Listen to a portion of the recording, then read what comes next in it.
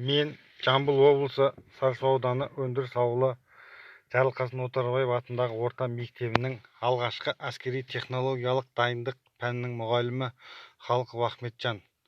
Құрметті білім алушылар, бүгінгі өтетін сабағымыздың тақырыбы теріні қорғаудың жеке құралдары.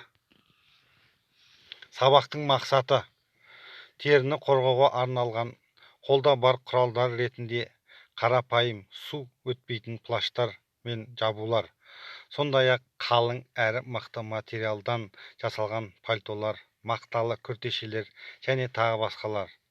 Аяқты қорғау үшін резина етіктер, ботылар мен галоштарды пайдалануға болады.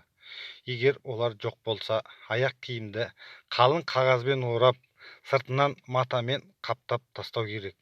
Қолды қорғау үшін қолда бар барлық резинке немесе теріден жасалған қолғаптарды пайдалануға болады. Теріні қорғау құралдары. Теріні қорғайтын оқшаулаушы құралдарға жалпы әскерлік қорғаныш толымы ОЗК, Л1, КИХ 4Ч20 қорғаныш костюмдері және арнаулы қорғаныш киімі. Арнайы қорғаныш киімінің мынадай түрлері болады: жеңіл костюм, комбинезон, күрте мен шалбардан тұратын костюм және алжапқыш. Теріні қорғайтын құралдар қорғау және қорғауға икемделген күнделікті пайдаланатын киімдерден тұрады. Қорғау киімдері изоляциялық жалпы әскери қорғаныс комплекті, жеңіл бөлуші костюм Л1 және тағы басқалары, және фильтрлік қорғаныс фильтрлі киім болып бөлінеді. Егер қарапайым киімдерге сабынды майлы эмульсияны сіңірсе, оны қорғаныс құралдары ретінде пайдалануға болады.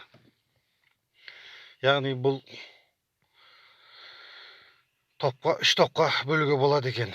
Бірінші топқа қолдың терісін судан, қышқыл ерітінділерінен, сілтілерден, сулы және содалы майлық эмульсиялардан және тағы да басқа химиялық заттардан қорғауға арналған гидрофобты препараттар жатады. Бұл топқа жататын құралдар сумен жуылмайтын және онда ерімейтін заттардан тұрады. Мысалы, ИР2 пастасы парафиннен, чезериннен, вазелин немесе сепаратты майлардан тұрады. Тері жамылғысын әртүрлі қышқылдың сулы ерітіндісінен, сілтілерден, тұздардан және сілтілі майлы эмульсиялардан қорғауға арналған. Қолға арналған силикон кремі қолдың терісін судан, тұздың сулы ерітіндісінен, қышқылдардан, сілтілерден және тағы басқалардан қорғауға арналады.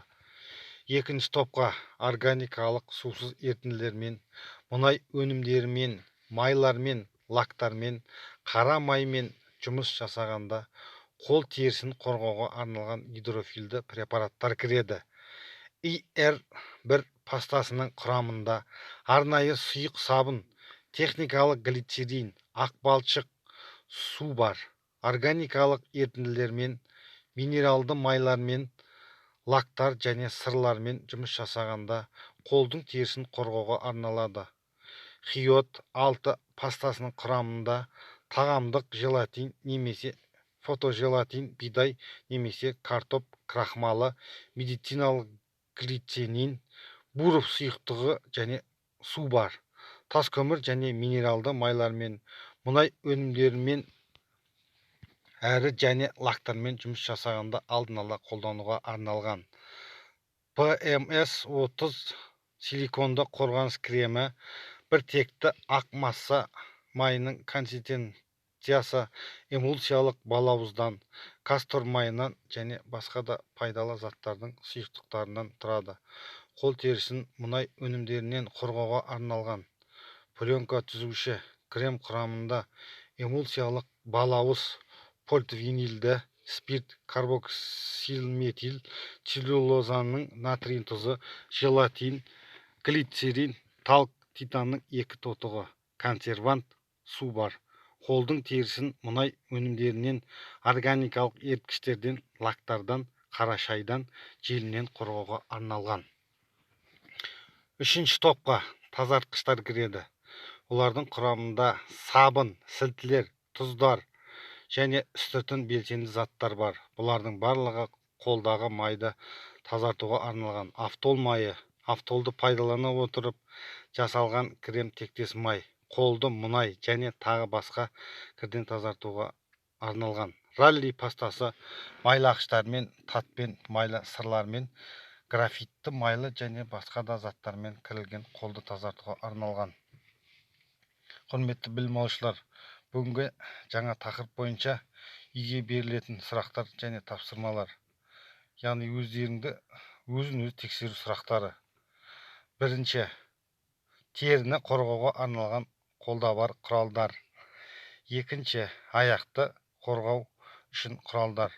Үшінші, физика химиялық құрылысына қарай қорғаныс майлары.